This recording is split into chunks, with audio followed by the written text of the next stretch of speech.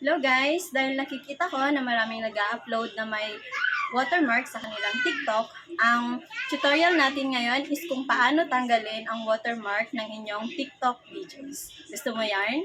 Alam kong gusto mo yan. So, panoorin mo lamang to and after this, i-apply mo na.